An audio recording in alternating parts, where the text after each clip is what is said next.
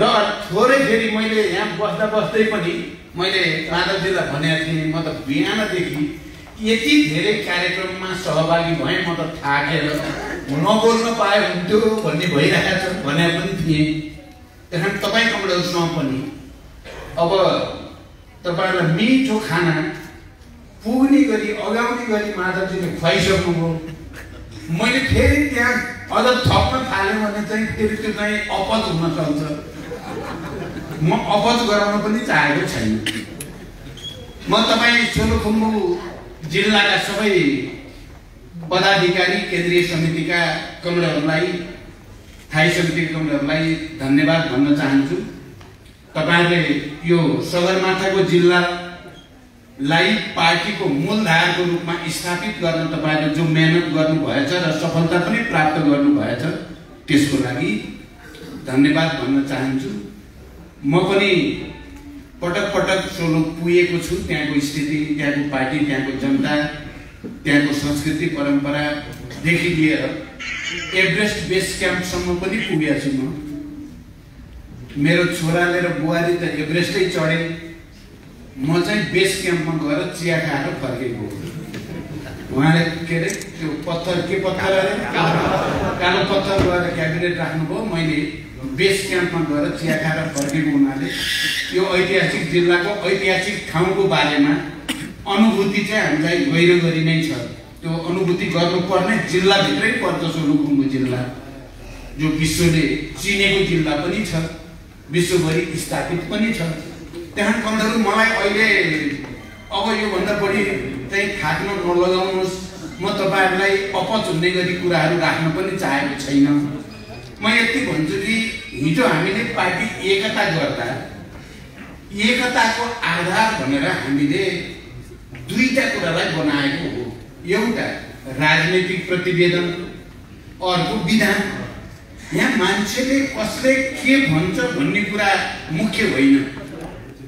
हामीले तथ्यहरूले के भन्छन्, प्रमाणहरूले के भन्छन्, ऐतिहासिक सामग्रीहरूले के भन्छन् भन्ने कुरा हेर्न पर्यो। नत्र मान्छेले मुखले के भन्छ भन्नेतिर मात्रै हेरियो भने दिमाग खराब हुन्छ। के कसले के भन्छ, कसले के भन्छ बुझिन सक्नुहुन्छ। तर ऐतिहासिक तथ्यमा गयो, प्रमाणमा गयो, ऐतिहासिक दस्तावेजहरुमा गयो भने सत्य के हो भन्ने कुरा सजिलै छुट्टिन्छ। हामी सबैलाई थाहा छ नि, राजनीतिक प्रतिवेदन हाम्रो पार्टी एकताको वैचारिक र राजनीतिक आधार हो। त्यसैको आधारमा हामीले एकता गरेको हो। अनि हाम्रो विधान र त्यस बीचमा गरिएका सहमतिहरू पनि हाम्रो पार्टी एकताका संगठनात्मक र पद्धतिका आधारहरू हुन्। क्लियर छ नि यो कुरा। यो दुईटा कुरा बुझ्न त केही गाह्रो कुरा त छैन। राजनीतिक आधारमा हामीले के भन्यौं, मार्क्सवाद लेनिनवाद हाम्रो निर्देशक सिद्धान्त हो भन्यौं। अनि हामीले प्रतिवेदनमा के भन्यौं, जनताको बहुदलीय जनवाद र कमरेड मदन भण्डारीको योगदानको बारेमा सकारात्मक समीक्षा गर्यौं र त्यसैगरी माओवादी आन्दोलन जनयुद्धदेखि शान्ति सम्झौतासम्मको पनि सकारात्मक समीक्षा गर्यौं। त्यसमा प्रचण्डले खेलेको भूमिकाको बारेमा पनि चर्चा गरिएको छ। र के भनियो भने यी दुवै राजनीतिक कार्यदिशाहरू 21औं शताब्दीमा जनवादको विकास सम्बन्धी कार्यदिशा समेतलाई संयोजन गरेर हामीले एकताको राजनीतिक प्रतिवेदनमा राजनीतिक कार्यदिशा तत्कालको भनेर समाजवाद उन्मुख जनताको जनवाद भन्यौं र त्यसलाई पनि आउने अधिवेशन महाधिवेशनसम्म अझ विकसित र परिमार्जित गर्ने कुरा गर्यौं। एकदम ध्यान दिनु होला, अधिवेशनमा अझ विकसित र परिमार्जित गर्ने कुरा गर्यौं।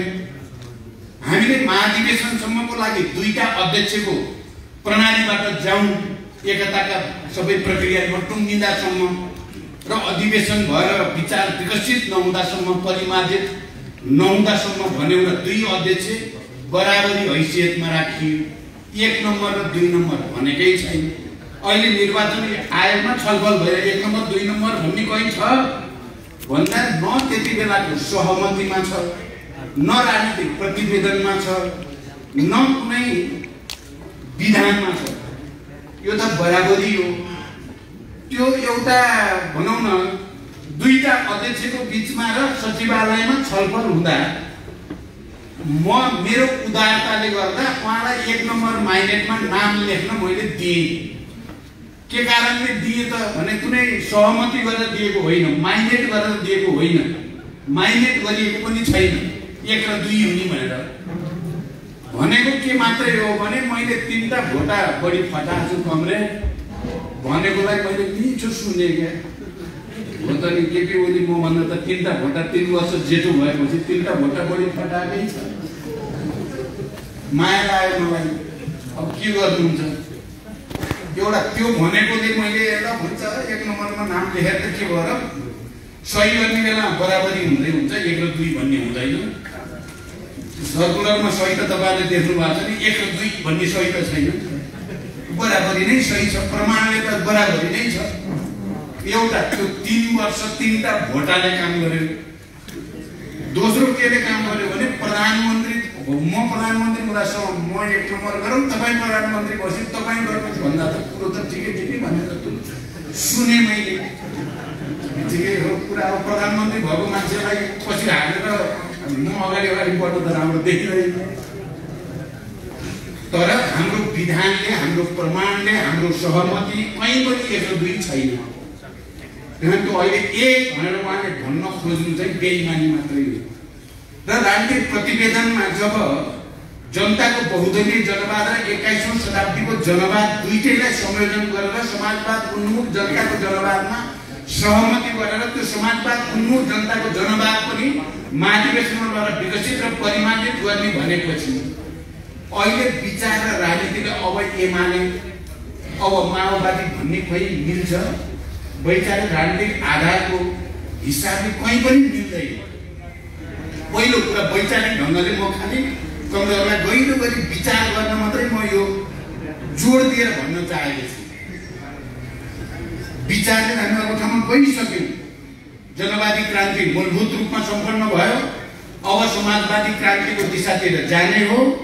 तत्कालको राजनीतिक कार्यदिशा समाजवाद उन्मुख जनताको जनवाद हो भन्नेमा नै पहिला केपीले र मैले हस्ताक्षर गर्यौं। त्यसपछि संयोजन समितिका सबै वरिष्ठ कमरेडले हस्ताक्षर गर्नुभयो। त्यसपछि त्यही कुरा राजनीतिक प्रतिवेदनमा लिपिबद्ध गरिएपछि अब फेरि जनताको बहुदलीय जनवादमा फर्किने कुरा या फेरि 21औं शताब्दीको जनवादमा फर्किने कुरा या फेरि माओवादमा फर्किने कुरा आफैमा विचारधारात्मक र राजनीतिक ढङ्गले प्रतिगमन हुन्छ। पक्षगमन, पछि हटाइ, अगाडि बढेको ठाउँबाट पछि हटाइ वैचारिक ढङ्गले विभाजनतिर जाने भनेको हुन्छ। त्यसको अर्थ अहिले माधवजी र हाम्रो कुरो के हो त भने त्यहाँसम्म पुग्नेमा पहिला केपीले जबजको कुरा आउँदा सबभन्दा पहिला चाहिँ जबजब बदलेको केपीले हो। अहिले त्यो तर्क हामी गरेका पनि थियौँ। अनि आफ्नो स्वार्थपूर्ति गर्नको लागि जे पनि गरिदिने हस्ताक्षर, अनि स्वार्थपूर्ति भएन भनेपछि फेरि पछाडि हटेर जसोसुकै विभाजन पनि गर्न तयार हुने, यो हो प्रतिक्रान्तिकारी चरित्र, अवसरवादी चरित्र भनेको भन्ने यो विचारमा मैले यति भनेको। अब विधि विधानको कुरा गर्ने हो भने विधि विधानले जसरी हामीले सहमति गरेका थियौँ र पार्टी बहुमतको निर्णय पार्टीको निर्णय हुने भनेर प्रष्टसँग भनिएको थियो। सकेसम्म सहमति गर्ने कोसिस गर्ने, सहमति भएन भने बहुमतको निर्णयलाई सबैले पार्टीको निर्णयमा मान्ने, बडो सरल छ यो। अनि लेनिन पार्टी संस्थानको सिद्धान्त जनवादी केन्द्रीयता पनि विधानमा भनिएको छ। त्यसमा भनिएको छ अल्पमत बहुमतको अधीनस्थ हुनेछ, तल्ला कमिटी माथिल्ला कमिटीको अधीनस्थ हुनेछ, सिङ्गो पार्टी महाधिवेशनसम्मको लागि केन्द्रीय कमिटीको अधीनस्थ हुनेछ, केन्द्रीय कमिटी दुईटा महाधिवेशनको बीचको पार्टीको सर्वोच्च निकाय हुनेछ। यो विधानमा लिपिबद्ध गरिएको सबैले हस्ताक्षर गरिएको विधि हो जसले पार्टी सञ्चालन गर्छ। पार्टी सञ्चालनको विधि हो यो। हामीले मात्रै विकास गरेको विधि होइन, यो अन्तर्राष्ट्रिय रूपमा स्थापित पनि विकसित र सार्वभौम ढङ्गले मान्यता प्राप्त विधि पनि हो। त्यसकारण यो अनुसार जाने भनिएको। जब कमरेड केपी त्यति बेलाको कमरेड है, अहिले कमरेड हुनुहुन्न, केपी ओलीले बैठक बस्न पनि नचाहने, बहुमतको निर्णय पनि मान्न तयार नहुने, उहाँले त सचिवालयको बहुमत मान्न तयार नहुने, स्थायी समितिको बहुमत मान्न तयार नहुने, केन्द्रीय समितिको बहुमत मान्न तयार नहुने, बैठक बस्नु पर्यो भन्दा मैले पछिल्लो चोटि उपकमरेडलाई भनेको छु धेरैचोटि, सचिवालयको बैठक बस्नु पर्यो भनेको मलाई उहाँले दिएको जवाफ चाहिँ तपाईले बाहुबली पाइहाल्नुभयो, वामदेव जस्तो बाहुबली, माधव जस्तो बाहुबली, झलनाथ खनाल जस्तो बाहुबली, नारायण काजी जस्तो बाहुबली, अब किन यहाँ बैठक गर्नु पर्यो, खुमलतारमै बैठक बस्नु निर्णय गर्नुहोस्। उहाँले दिएको जवाफ हो यो, जुन जवाफ मैले तुरुन्तै कमरेड माधव नेपाललाई र अरू कमरेडलाई रिले गरेँ। स्थायी समितिको बैठक बसौँ भन्दा त्यो हुल्लडबाजहरूको कमिटीको के को बैठक भन्ने उहाँको जवाफ हो। अनि केन्द्रीय समितिको बैठक भन्दा सडक छाप, ती सडक छापलाई केन्द्रीय समिति भनेर तिमीले भनेको मान्छु म भन्ने हो उहाँको। यसबाट विधि प्रक्रियाको दृष्टिकोणले उहाँ कति धेरै स्वेच्छाचारी, कति निरङ्कुश, कति विधि विरोधी हुनुहुन्छ भन्ने कुरा पनि प्रष्टै देखियो। पार्टीभित्र लोकतन्त्रको अभ्यासलाई नमान्ने मान्छे अनि देशमा लोकतन्त्रको अभ्यासलाई पनि मान्दैन। त्यही कुराको प्रमाणको रूपमा नै उहाँ सदनमा गएर बहस गर्नु त कहाँ हो कहाँ। यदि पार्टीले काम गर्न नदिएको भने मलाई पार्टीले काम गर्न दिएन, त्यसकारण म सार्वभौम यो जनप्रतिनिधि संस्थामा आएँ, मलाई साथ दिनु पर्यो भनेर एकचोटि भन्नु लोकतन्त्रको न्यूनतम मान्यता हो। कोही पनि व्यक्तिको नैतिकताको पनि एउटा न्यूनतम माप हो त्यो। तर उहाँ त त्यता जान त चाहनु भएन। संसदले उहाँलाई काम गर्न नदिएको त थिएन, ल पार्टीले दिएन रे नै, पार्टीले हामीले माधवजी मैले दिएनौ रे, संसदले नदिए त केही पनि थिएन नि, कुनै नीति कार्यक्रम बजेट पास नभएको होइन, हामीले विरोध गरेर विरोधमा भोट हालेको होइन भन्ने संसदलाई विश्वास गरेर उहाँ विश्वासको मत लिएर गएको भए के हुन्थ्यो? आज देश यत्रो सङ्कटमा पर्थ्यो त भन्दा बिल्कुल पर्दैन थियो। त्यसकारण विचार र राजनीतिको हिसाबले पनि विधि र प्रक्रियाको हिसाबले पनि केपी ओली सम्पूर्ण रूपले निरङ्कुशतातिर तानाशाहीतिर जानुभयो र यो स्थिति पैदा भयो। अर्को भ्रम दिने कुराको बारेमा तपाईँहरूले भन्नुभयो, माधवजीले अहिले राम्रोसँग त्यसको खण्डन गरि नै सक्नुभयो। हामीले त्यति बेला के भन्यौँ त, जति बेला राजनीतिक प्रतिवेदन पारित भयो, पारित हुने बित्तिकै हामीले भन्यौँ अब नेकपा एमाले केन्द्रदेखि तलसम्म र त्यसको अन्तर्गतका सबै भातृ सङ्गठनहरू विघटित भएको घोषणा गरिन्छ भन्यौँ। त्यसै गरी नेकपा माओवादी केन्द्रको केन्द्रदेखि तल्ला कमिटीहरूसम्म र त्यस अन्तर्गतका सबै जनसङ्गठनहरू विघटन गरिएको र ती सबै अब नेपाल कम्युनिस्ट पार्टी नेकपामा समाहित रहने, त्यसको एकता प्रक्रियामा जाने घोषणा गरिन्छ भनियो हामीले। र त्यही प्रतिवेदन र त्यही विधान हामीले निर्वाचन आयोगलाई दियो। तपाईँहरू विचार गर्नु होला। त्यो सबभन्दा पहिला केपी ओली र मैले सही गरेर त्यसपछि केन्द्रीय समिति सबैले सही गरेर त्यो विघटनलाई स्वीकार गरियो। अहिले अब एमाले भन्ने कहाँबाट आयो, माओवादी केन्द्र भन्ने कहाँबाट आउन सक्छ? किनभने अब यो जन्मिसकेको बच्चालाई फेरि आमाको गर्भमा पठाउने भन्ने कुरा जति मूर्खतापूर्ण, असम्भव, अवैज्ञानिक, अप्राकृतिक कुरा हुन्छ त्यस्तै हो। यो त नेकपा एमाले र नेकपा माओवादी केन्द्रको संयोजनबाट नेपाल कम्युनिस्ट पार्टी नेकपा बन्यो, विचार पनि नयाँ बन्यो, विधान पनि नयाँ बन्यो, कार्यदिशा पनि नयाँ बन्यो, नयाँ जन्मिसक्यो र त्यो जन्मेर 3 वर्षको भइसक्यो। अब फेरि एमाले फेरि माओवादी कहाँबाट आउँछ? कमरेडले एकदम दृढताका साथ भनिदिन सक्नु पर्यो क्या। मैले के भन्छु, माधवजी यहाँ हुनुहुन्छ, हामी आज होइन 40 को दशकदेखि सहकार्यमा छौँ। यो केपी र म जस्तो होइन, माधवजी र म। तपाईँले यो कुरा बुझ्नु पर्यो र साथीहरूलाई बुझाइदिनु पर्यो। तल केपीसँग मेरो 58-59 सालमा एकचोटि भेट भएको भूमिगत रूपमा, त्यसपछि शान्ति प्रक्रियामा आएपछि मात्रै हो। माधवजीसँग पञ्चायत विरोधी आन्दोलनको बेलादेखि जनयुद्धको पुरै अवधि 2 वर्ष छोडेर लगातार सहकार्य पञ्चायतलाई कसरी तानाशाहीलाई परास्त गर्ने भन्नेमा पनि एउटा दुईटा मिटिङ होइन, एक दुईटा बैठक होइन, लगातार। अनि जनयुद्धभरि यो युद्धलाई शान्तिमा के गरी रूपान्तरण गर्न सकिएला, के गरी संविधान सभामा लान सकिएला, के गरी गणतन्त्रमा लान सकिएला भन्ने बारेमा हामी दर्जनौं बैठकहरू, लामा बैठकहरू देशका र विदेशका विभिन्न भागमा बसेपछि विकसित भएको हो। र यो शान्ति सम्झौता 12 बुँदे समझदारी संविधान सभा संघीय लोकतान्त्रिक गणतन्त्रसम्म ल्याउनेमा नेकपा एमालेको प्रमुखको हैसियतले माधव कुमार नेपाल, नेकपा माओवादीको तत्कालीन माओवादीको अध्यक्षको हैसियतले मैले खेलेको भूमिका निर्णायक छ। यो ऐतिहासिक सत्य हो। हामी दुईटा लगातार अन्तर्क्रिया र सहकार्यमा नभएको भए गाह्रो थियो। जहाँ हामी आयौँ त्यहाँ आउनु।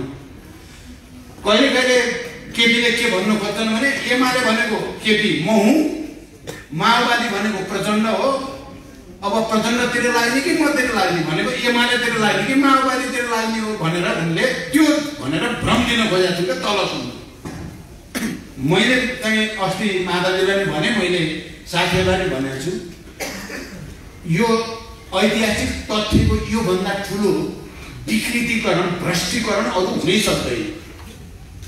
यो कोही कसैमा गएर नेपाल कम्युनिस्ट पार्टी नेकपा बनाए हो र हामीले कोही कसैमा आत्मसमर्पण गरे हो र हामीले सम्मानजनक ढङ्गले देशको राजनीतिको निष्ठ आन्दोलनको देशको भाग्य भविष्य बनाउनको लागि पो हामीले एकता गरेको हो।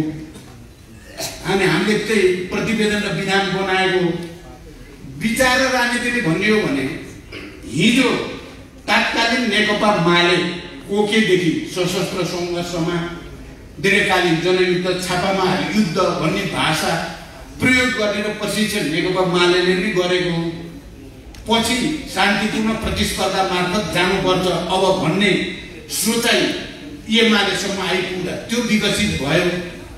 नेकपा माओवादी पनि हिजो जनयुद्ध भन्यो, विद्रोह गर्यो र अहिले शान्ति र प्रतिस्पर्धा मार्फतै जाने हो। अब चाहिँ शान्तिपूर्ण बहुदलीय प्रतिस्पर्धा मात्रै जाने हो भने विचारको हिसाबले त अर्थ के लगाउन सकिन्छ भने प्रचण्ड माधवसँग मिलेको हो त भन्न सकिँदैन। तपाईहरु विचार गर्नुहोस् त। अब माधव प्रचण्डको कार्यकर्ता भए म अनौठो लाग्छ। केपी भन्दा सायद माधवजी 1 वर्ष कान्छो हुनुहुन्छ हैन, म भन्दा 2 वर्ष जेठो हुनुहुन्छ। त्यस हिसाबले पनि हिजो पञ्चायत विरोधी आन्दोलनदेखि जनयुद्ध भरि गरेको सहकार्यको हिसाबले पनि 12 बुँदे समझदारीदेखि संविधान सभासम्म र संविधान सभादेखि संघीय लोकतान्त्रिक गणतन्त्रसम्म हामीले खेलेको भूमिकाको दृष्टिकोणले पनि यो एकता विचार र राजनीतिको एकता हो। यही एकता तोड्नको लागि केपी ओलीले भ्रमको खेती, विचारको भ्रष्टीकरण र एकताको ऐतिहासिक महत्त्वको भ्रष्टीकरण गर्ने कोसिस गरेका छन्। कमलोले यसलाई चाहिँ दृढताको साथ चिन्तिए हुन्छ।